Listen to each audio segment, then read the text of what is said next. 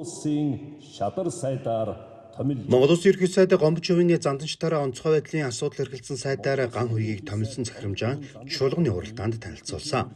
Улмаар засгийн газрын гишүүн шадар сайдаар ган хуйгийг томилох тухай захирамжид гарын үсэг зурж батламжилсан.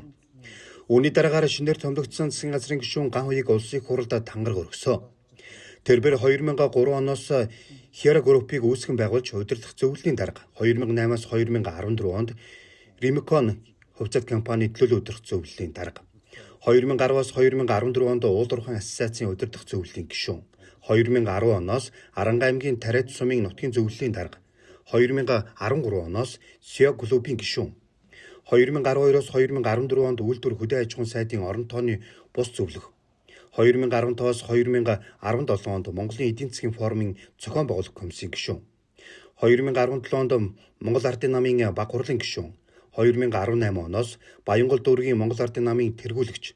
2019 онд 3/3 UB клубын эзэн удирдах зөвлөлийн гишүүн 2019-оос 2020 онд засгийн газрын хэрэглэх газрын даргын орон тооны бус зөвлөх 2024 оноос Монгол Улсын хурлын гишүүн 2025 оноос Монгол Улсын хурлын төсвийн байнгын орны даргаар тус ажиллаж байна.